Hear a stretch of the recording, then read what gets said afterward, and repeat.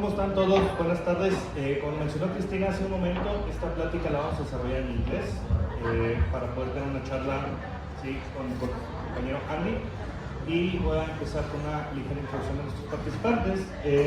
First of all, we have Polo on my left. If you could please introduce yourself. I am partner developer manager in Microsoft. I have been working there for the last 23 years. I have been in several positions since marketing, product market development for developer tools, Windows Server, System Center, and since 10 years, I think, I entered to the world of partner development in Microsoft. So I was in charge of the hosting business in Mexico. I was in charge of America Mobile for LATAM, and then I was partner developer manager for Azure. And then I like AI a lot. No? Today I'm working with partners for topics such as AI, security, Azure, modern work. That. Thank you, Polo. Let's have Andy introduce yourself, please. Thank you so much, and thank you for being here. So my name is Andy, and I am a forum leader at OpenAI's official forum. So if you go to forum.openai.com, you will see that there's basically virtual events where we engage with people that are using AI in a variety of fields all over the world, from, let's say, for example, using AI as a museum curator in Paris to a neuroscientist implementing AI to help them in their research. And part of what I do is help foster AI adoption in local communities for the benefit of all of humanity, which is OpenAI's mission, is AI adoption for the benefit of all of humanity. So like doing things like this, for example, or I held an AI film festival in Southern California in June, where I brought together the leading new AI filmmakers that were taking advantage of all the latest AI technology. And we sort of discussed and explored and demonstrated the future of work and creativity and art in an AI world. And just to clarify, all of my thoughts today are my own, they're not OpenAI, so I have to say that. But I think it's going to be a fun time today. I'm enjoying this so far. Perfect, Andy, thank you. And Freddy Castro, Definity First CEO, please. Thank you, Sergio. Hi, I'm Freddy Castro. I'm the CEO for Definity First. In Definity First, as you have seen what Mauricio showed you, we're building new solutions using AI every day now for the last 1 year, a year and a half, where we in the past used to have conversations about migration to the cloud and CRM or ERP implementation. Now every conversation we have with our clients end up on the AI topic, some way or another. But the key for us really is to not do AI just for the sake of saying that we did AI, I mean, either us or our customers, but really bring value to them. And that's what I'd like to talk through, and we'll all be talking through in this event. Thank you. Thank you, Freddy. And myself, I'm Sergio, CEO of Blitz. We have a SaaS platform that automates commissions. And as any company in the world, we are introducing AI into our platform to make our platform better and do more. So let's get started. We know a lot about AI, right? Between what we can do right now for us, or if it's going to be Skynet and kill everybody, right? But we want to start with Freddy, okay? From your perspective, what's the biggest misconception about AI? I think that the biggest, not misconception, but maybe wrong way to think of it when you're embarking on it is that this is a tool that you buy as a company or as an individual, and you have immediate return on your investment, or even very short term, like when you bought an application to calculate your or do your travel expenses reports for you, right? That's immediate value in the SaaS world that we are used to for the last 10 years.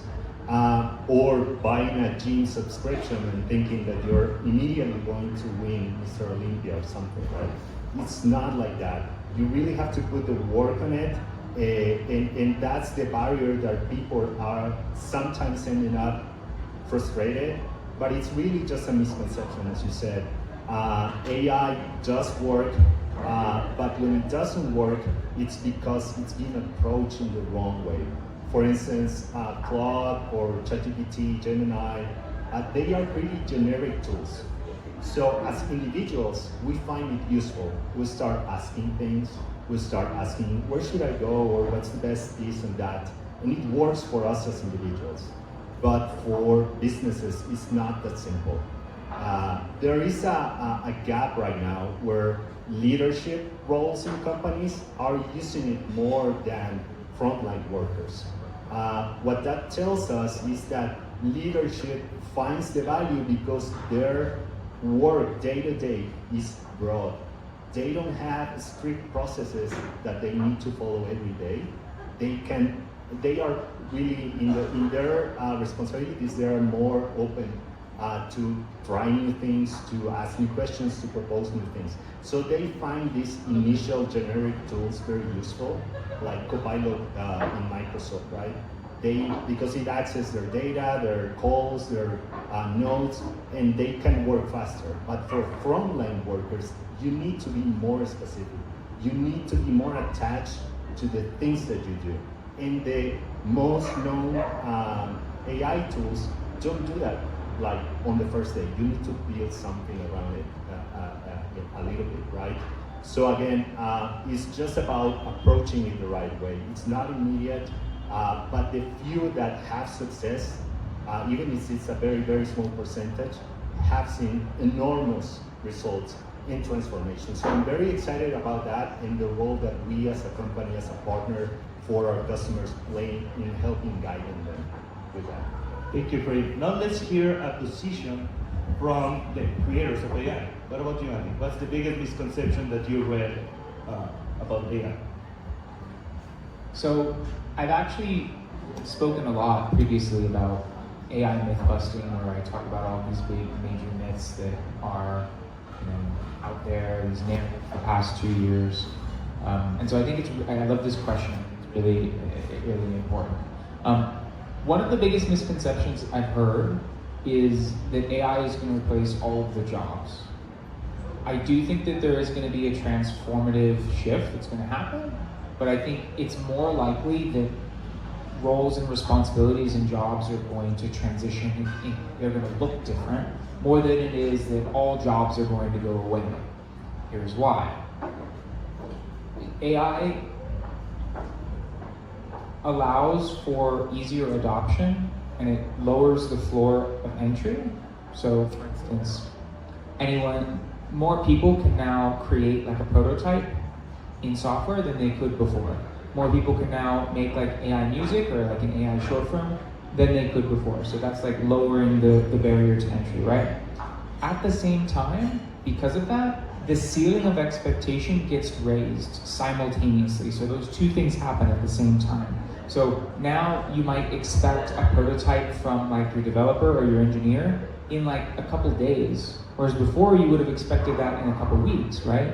And so that means like that engineer, once they learn and fully implement the new AI tools into their workflow, like now they're going to be more productive, and now there's going to be more things that they can do. And now the company might shift and say, oh, well, we need more engineers because now we can throw out all of these prototypes like once a week, so on and so forth, right? So I think that's just like one example of a misconception, is that it's going to get rid of all of the jobs.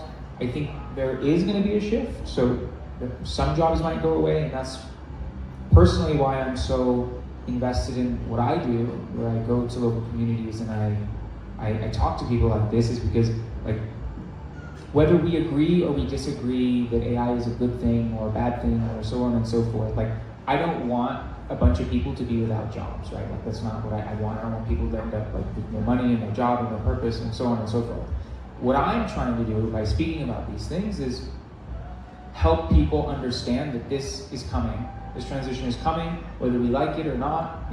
It's happening already right now, and so I feel like we need to help each other as a community, as a species, evolve and adapt and grow and learn what this new world we're moving into is going to look like.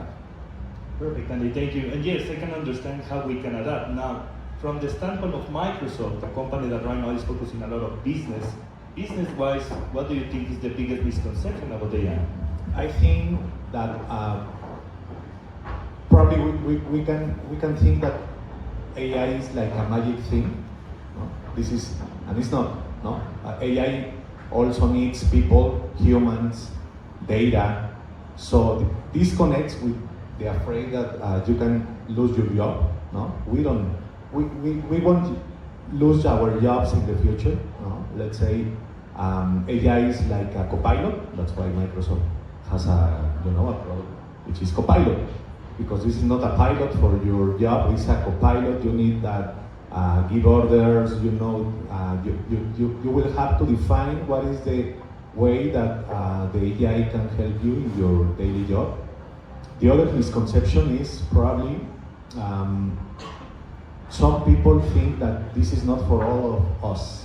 No, imagine that.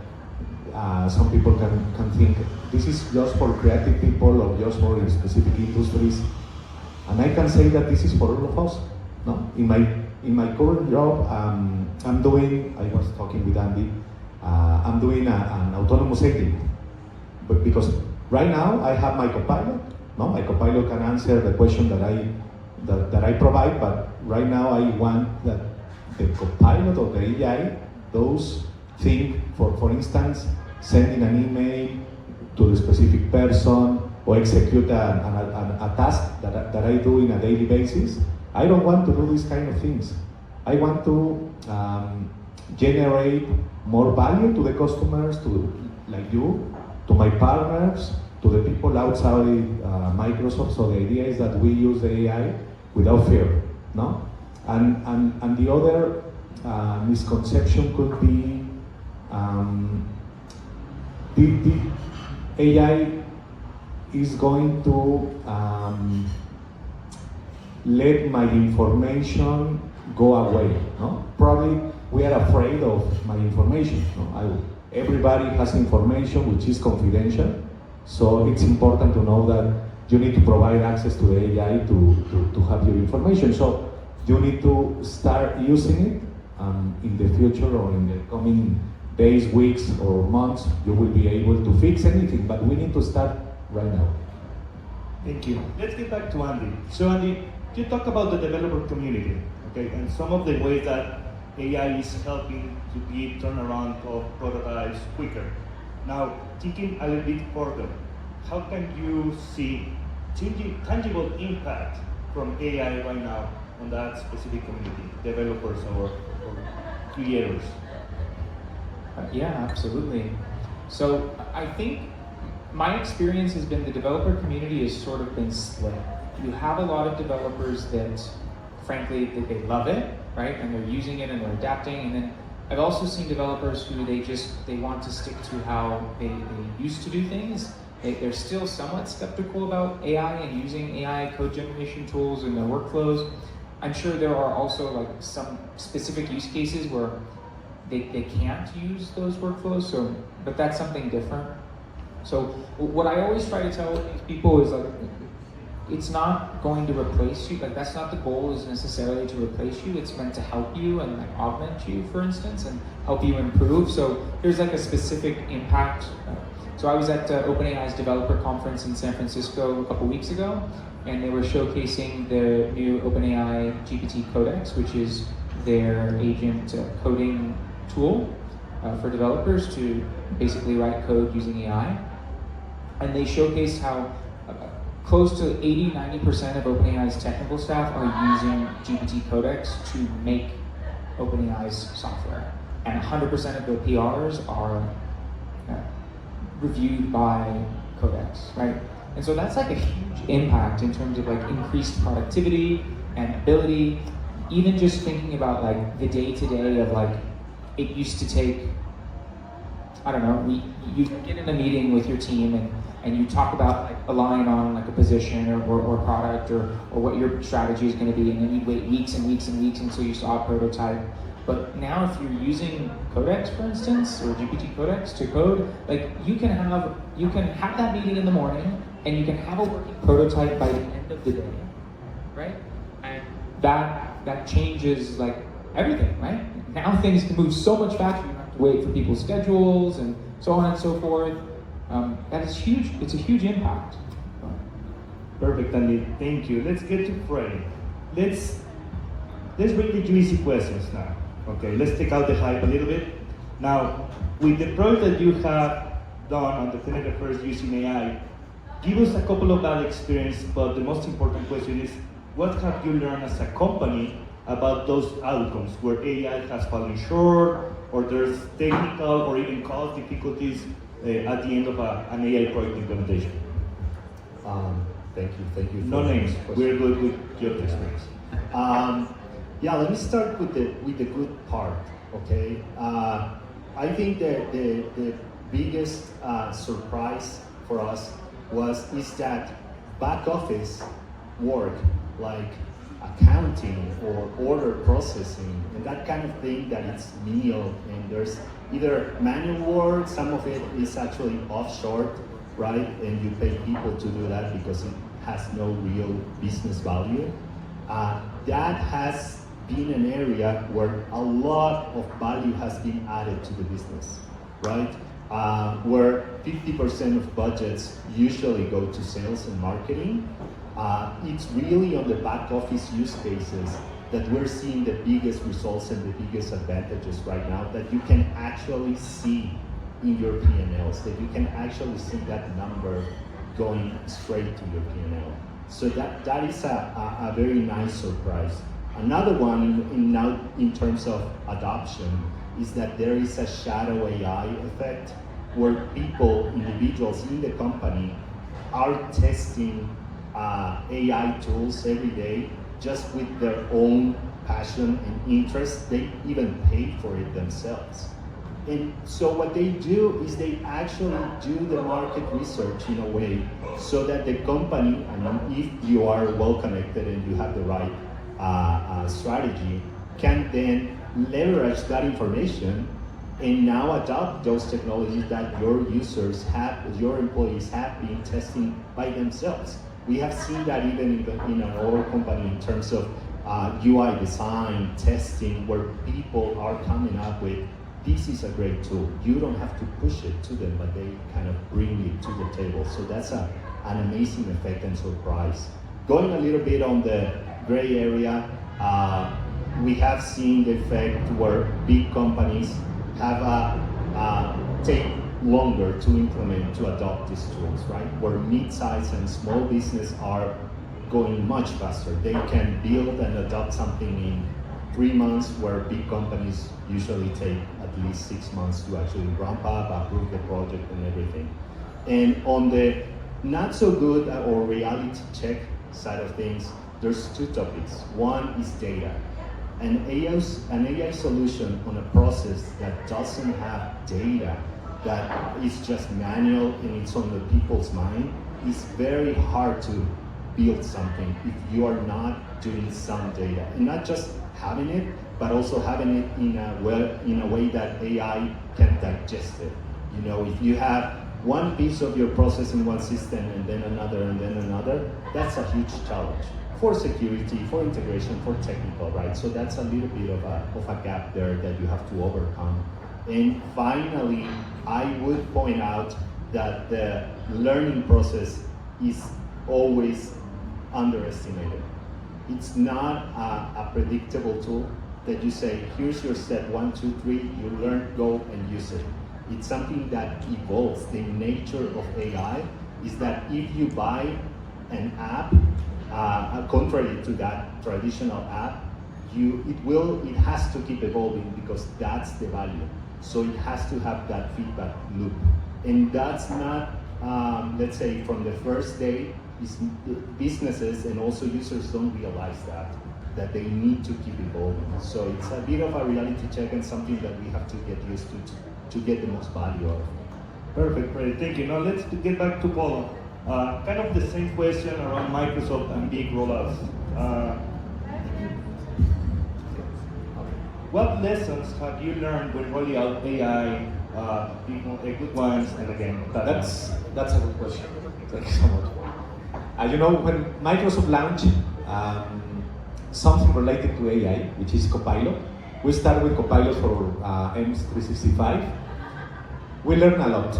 No? You know, the Microsoft executive at that time think that they just need to drop off the Copilot and the things is going to be better for us. And you know, that's not correct. So we have a lot of things to learn. First, the adoption curve is big, you know, but you need to embrace it. It's important that you as a company knows that if you provide an AI tool to your college, to your employees, it is important that you have a learning strategy, a readiness strategy for your college. That is very important. No? The other one is the manage the right expectations, because you know, when you think about AI, you think that AI can do anything. So, and the idea, that's right, don't misunderstand me, but you need to provide insights, you need to provide the direction to the AI tool. So it is important that you know how to do a right prompt, how to provide good information, how you can probably send some background to the AI tool so they can get, or you can get good responses.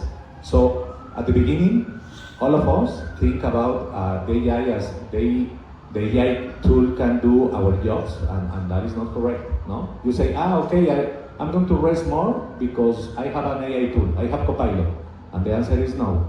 No, at the end probably you will get more time to invest with your customers and partners, or to do more value activities or value-added activities. But at the beginning, it is important that you use the tool. No, as I mentioned before, embrace it. That is I think the best knowledge or learnings that we already have in Microsoft. Okay, and I can imagine just launching within Microsoft has to be huge, right? Not even before getting to our customers or clients. So, yes. Perfect. Thank you, Paulo. So, Andy, talking about implementing or doing something with AI, what do you think are the very first thoughts? Hey, what do we need to do? What do we need to think about when trying to launch a new AI initiative? He touched on it actually a little bit right before me. It's so important to have a really good learning strategy, and by learning strategy, I don't mean like, hey, here is this new AI system, we're going to use Microsoft Copilot, for instance, and we're going to set aside like 2 hours for training all of the team and the employees that are going to use it, and then, you know, the next day it's going to be business as usual, we're going to continue on with how things are. Like that, in my opinion, this applies not just to AI implementations, but any new system or whatever you're going to implement in your company. You have to give your team ample time to train and learn new habits. This is especially true if they've been doing something for a very long time, months and months and years, and it's muscle memory and it's habit, and they don't think about it anymore, which is what you want to be, for your team to be really productive and efficient, is they're not really thinking about what they're doing like in the day-to-day, they're just all habit, and it's just like flowing naturally because they're trained really well and they're very experienced. So you need to give your employees lots of time to not only learn what they're doing with this new AI tool, why it's important, why it makes their job and their life easier. Like that's critical, right? Because they might be thinking, like, if you put yourself in their shoes, like, oh, the company just wants to make more money. This is just something I have to learn, and it's going to take me a lot of effort, and it's going to hurt my commission or my KPI or my bonus at the end of the month, right? That's how they're thinking, right? And so, again, like, also, I would say, make sure that you're giving a cushion for KPIs. If your team has KPI metrics, right, and you're rolling out like a ChatGPT or a Copilot or some other new AI tool like Mauricio was demonstrating earlier, right? Like, say, okay, we're going to lower the KPI expectations for this month for all of the team, right? And we're going to tell them that, and we're going to make sure that we give them like a couple days of like trainings, and not only trainings, but like hands-on workshopping that's like hopefully guided in somewhat sense to help them practice and relearn so on and so forth, and take that pressure off of their shoulders so you're not competing with their KPI expectations, right? So. Perfect, Andy, thank you. Now, continue on with Freddie. How do you approach a company? How you are going to create those right use cases for every different type of company that you are out there? I mean, do you have practical cases, or you are having like a discovery session? I mean, how do you manage to get those before implementing AI? I think, leaving the specific methodology aside, I think that the most important factor in here at play is that you choose the right use case. Because there are right use cases and then they're not so ideal use cases that people jump on. Like way back, like a year ago, which is really old news in AI world now, some of our customers ventured themselves into training their own models and adding stuff to it, so they have an internal ChatGPT, right? Nowadays, they're not using that, or they haven't found a good place where to use it because they focus on the technology. They didn't focus on the business. So for us to choose the right use case, the first thing is, what's a use case that it's really costing you time and money? You have to be able to measure it.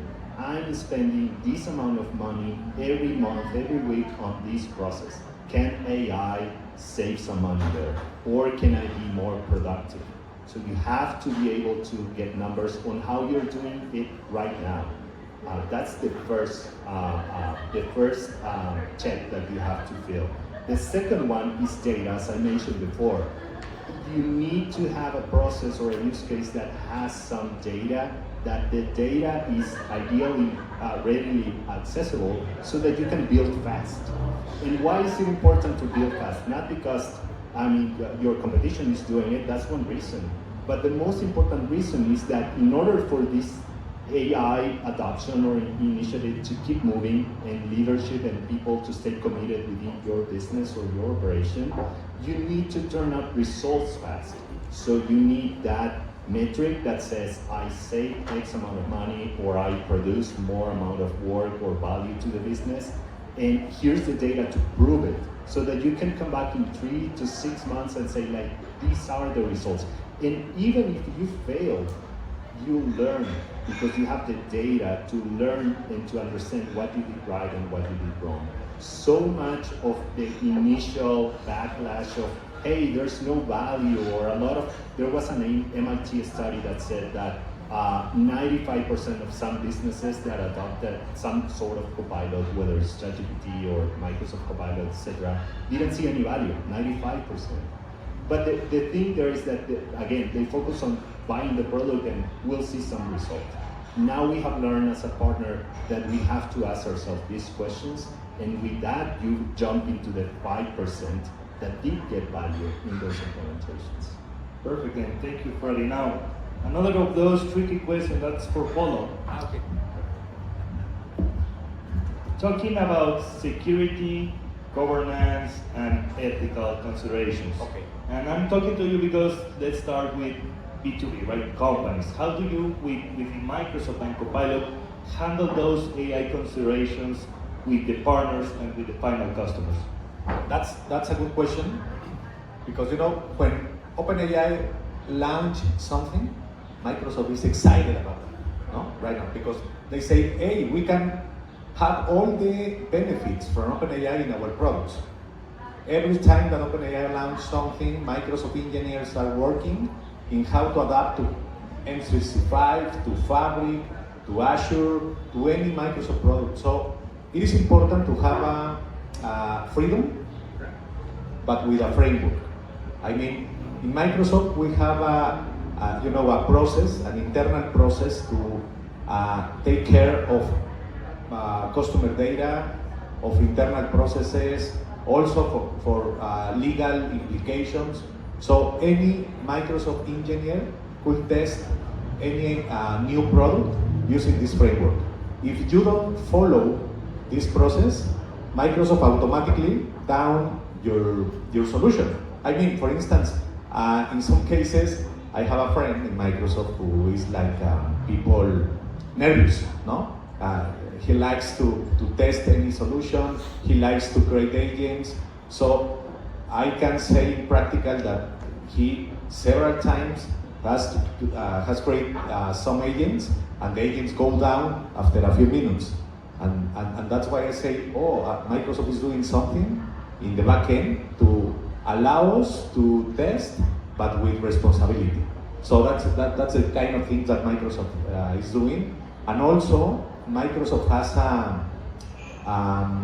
ethical, you know, it's very important, the ethical thing when you use AI, no? As a big company, as a global company, when you use Copilot or something related to AI in Microsoft, you need to take care of the responses that you will get when you get when you put a prompt. No, it means that if you say something and you get a response that is not proper, Microsoft could be damaged, no, publicity in a public way. So Microsoft has a big area to test our products before go to productions, and also to test in a small environment, and then after we pass all these requirements, a new solution can go live to our customers and partners. No? That is the main initiative that Microsoft runs. Perfect, thank you, Paulo. Now, Andy, kind of the similar question, but now targeted to the final consumer, right? I mean, there's no a company, a partner that are behind you. So, how is doing OpenAI on the compliance, legal, or protecting the customers to give you that sensation of security out there, knowing that there's almost no regulations out there on AI. Every country is working on that. But how do you ensure that they can feel okay using the products of OpenAI? So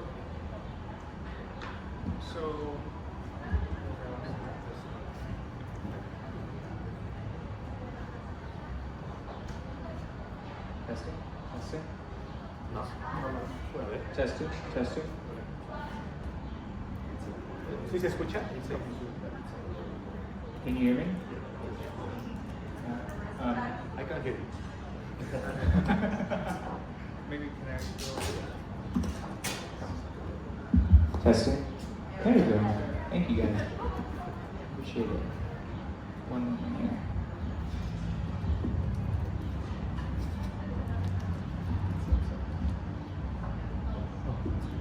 There we go.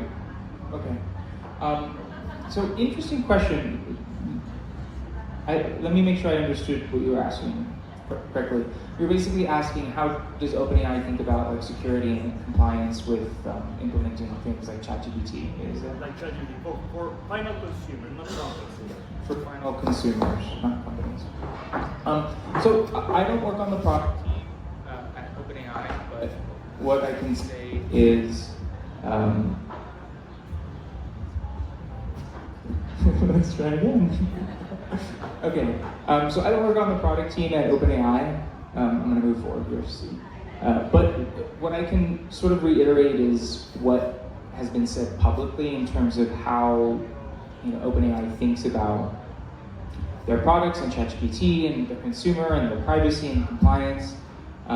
So it's always been a focus on allowing them to sort of have the controls and the settings to shape their experience in terms of custom prompting and in terms of like, do you want to allow this to ChatGPT to have a memory of all of your conversations? Do you want to disable that? Like, there's a whole suite of settings and controls that like you as the user, as the consumer can go in and you can sort of modify that and shape your experience. Even, I know this is getting a little bit more into the business side of things, but there's also other plans like the enterprise plan that like you can basically decide if you're a company that you don't want OpenAI's models and chat conversations training on your company data and things like that. I found a lot of people still don't know that. So, and that's been, I'm sure you guys have all witnessed this as well, that was like a big caveat of implementing these systems into businesses was like, are they going to collect the company's data, so on and so forth.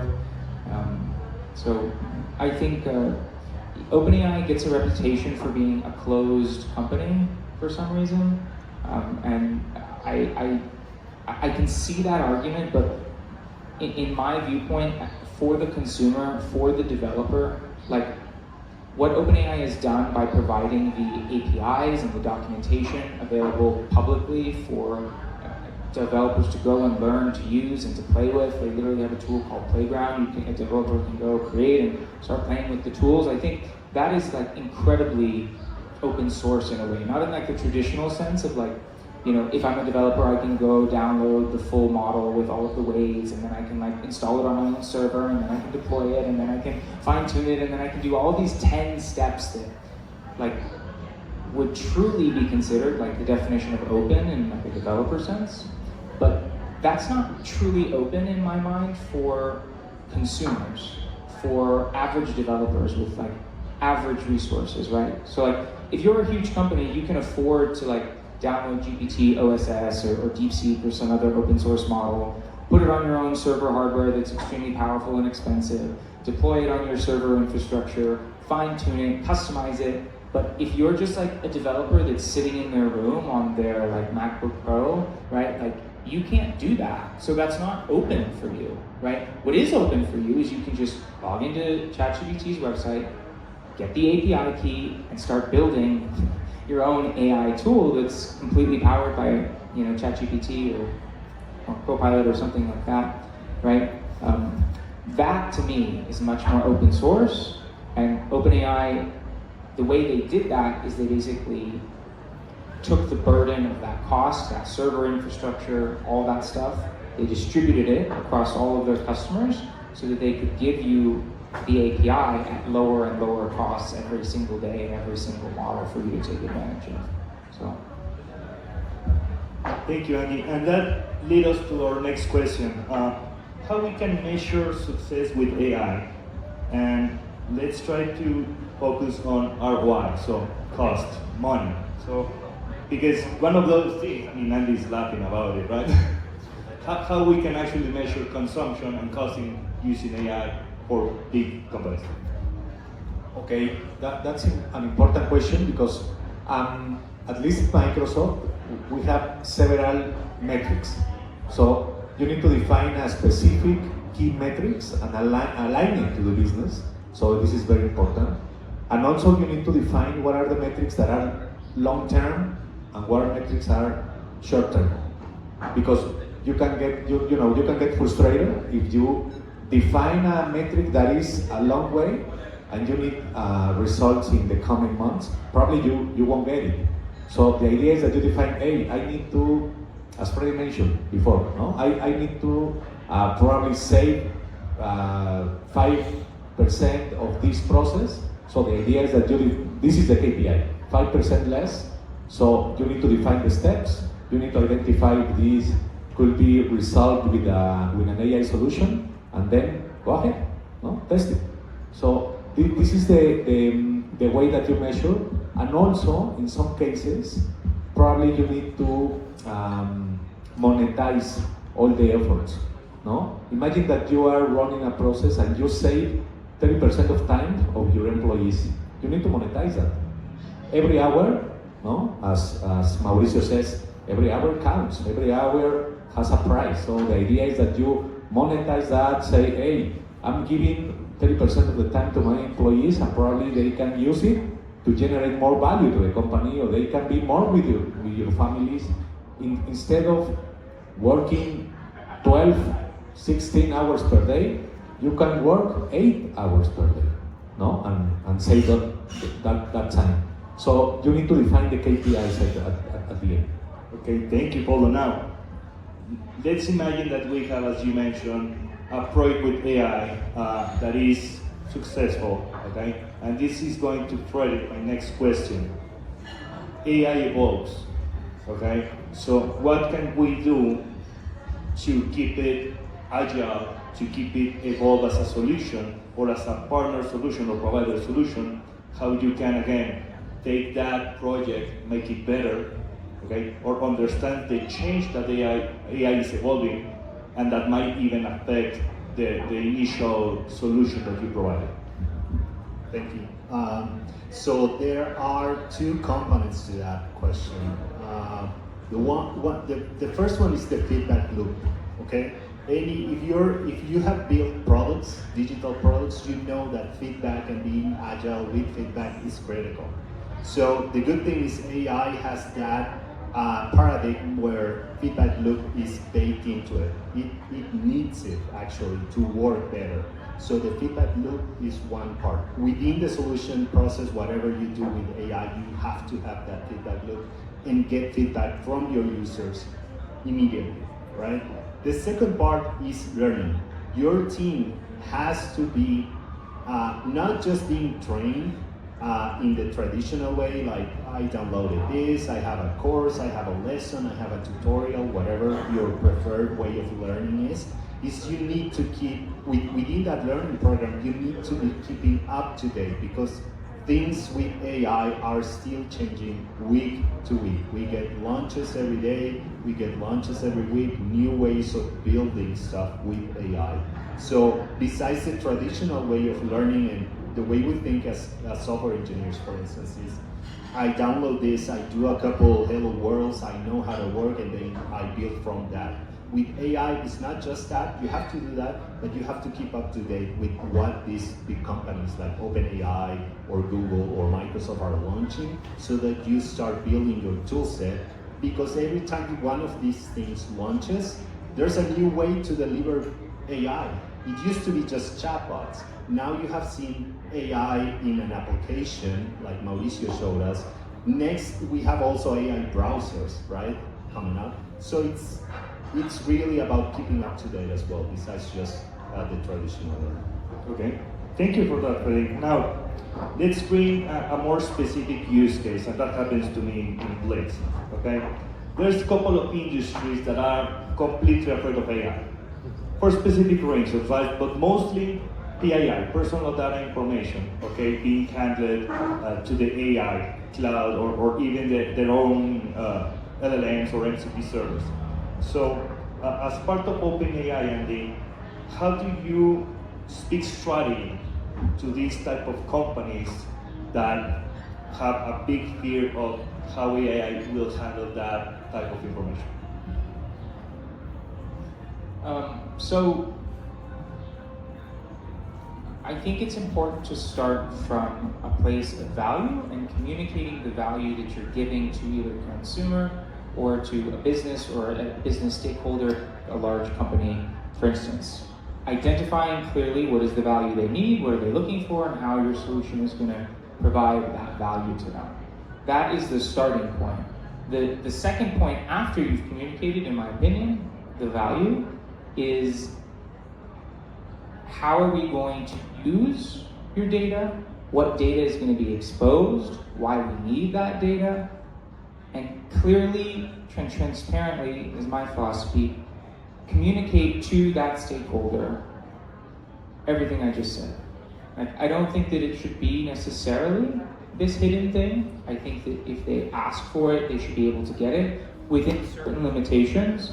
Like, for instance, OpenAI serves like hundreds of millions of users all over the world. Like, it's not necessarily technically possible for like every single one of those users to like request their data all at the same time, right?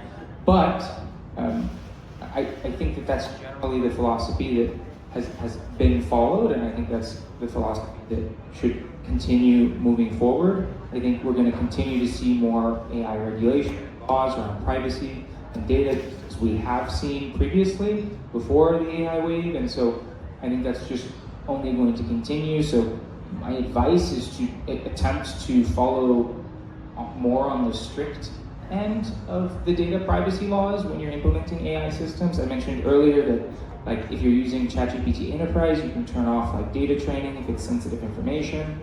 I think that one of the few use cases where actually like using your own open source model that you've deployed on your own server is when you're working in a very sensitive data environment where like you can't even have data transferring to like Microsoft or OpenAI or somebody else's servers. You have to, the data is so like sensitive that you have to download your own model and store it on your own server that even might even be like air-gapped from the internet, for instance. Like those use cases are like really important to think about, and that's where I think an open source model still makes sense today. Okay, thank you, Andy. And completely makes sense, especially if they don't know about how they can air gap a model and make it useful for them. Now, for Polo, you mentioned that you were working for Microsoft a huge amount of time, won't say the number. So you had the cloud way, okay? And many years ago, we have the same question, hey, if my data is protected on the cloud, how I will be working on the cloud? So how is similar or different how AI way is coming up at companies versus what happened a few years ago with the cloud? Okay, that's a good question. You know, in Microsoft we have, since some years ago, we start to, I don't remember how to say etiquetar, but tag. You tag the information with a specific, if the information is confidential, if could be shared between or inside the company, outside the company, is personal, I don't want to share this information. So you can tag that information in that way. So when we started using AI, Copilot, we saw that Copilot respect the tag that all the files has. So that is the way that Microsoft is protected our information, and also when it translates to a customer environment, you will see that the same. We have the same way of behavior of working with this tool. No, the idea is that customers can say what information can share. Imagine a scenario where the human resource area has a file with all the salaries for employees, and they share accidentally with one person, and probably the file has a public tag, so not public tag, a tag that can be shared internally. Imagine that I run a prompt and I say, I want to know what is the salary of my boss, of my manager. If these files, of the collection of files doesn't have the correct tag, you can see the information. So that's why it's very important that we use a security solution or a security way to share the information. That's very important, and this is the foundation of having a good relationship with your Copilot or your AI tool. Perfect, Polo, thank you. Now coming back to Andy, and I don't want secrets here, but we know the new trends of AI. You know that video, okay, creating videos that feel so realistic is one of those. Creating music by AI. I mean, there's so much more than just data processing or using the ChatGPT to do more or workflow processing. So, looking ahead, what emerging AI capability are you most excited or cautious about near future? Good question. If you want a secret, I can give you a secret. Go ahead, come on. OpenAI announced an AI web browser this morning, less than an hour ago, while we were speaking. So that's a secret that's not a secret, but probably a secret to you guys because you weren't watching it. So now you know. I hope that counts. But anyway, I am most excited about what AI is going to do for video generation and music generation. Some of the tools that I've been able to see, like Sora's storyboarding tool at OpenAI's developer conference, where they showcase like how they're actually, if you're not in filmmaking, a filmmaker has a storyboard where before they make the film, they do like all of the shots and drawn out, and they like outline them, and they say what this shot's going to look like and what that shot's going to look like, and they outline the story on a board. And so they demonstrated a new AI storyboarding tool using tools like Sora, and it's incredible, and I think they're going the complete correct direction there.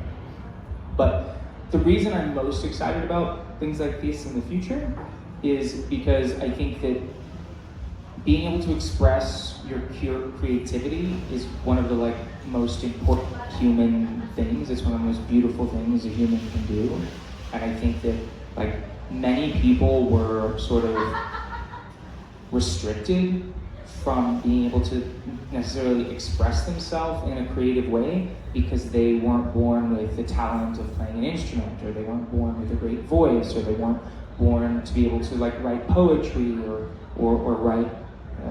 write well or whatever it is, right? Whatever artistic thing you can slide in there, right? And so what these tools are, like AI music making tools, AI filmmaking tools, these are the democratization of creativity in my mind. And so that allows anyone to be able to express themselves in the creative domain, which I think is an incredibly beautiful, beautiful thing. And not only that, but the ability to go quickly from what's in your head, a creative idea, to like deploying it in reality, like making your song, making your short film, is so fast now that like that's gonna have a huge impact on culture moving forward. Because like films that were made, I don't know if you know this about films, but like a film you see in the theater today, that started like 4 years ago. Which means the people that were making those films, they were talking about like cultural issues 4 years ago. And now we finally get to it 4 years later to today, right?